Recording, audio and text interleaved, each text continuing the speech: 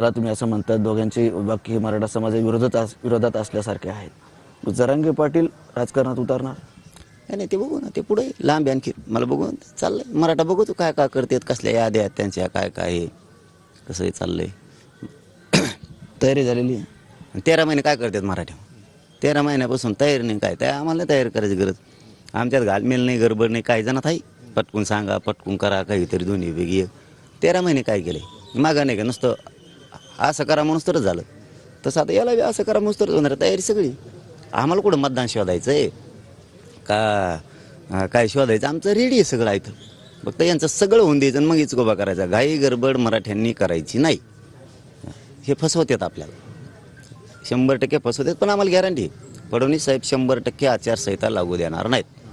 ते मराठ्यांचं आरक्षण देणार, सगळ्या मागण्याची अंमलबजावणी करणार आणि त्यानंतरच आचारसंहिता लावतील. ही आम्हाला 100% खात्री. त्यांनी तसं महाराष्ट्रामध्ये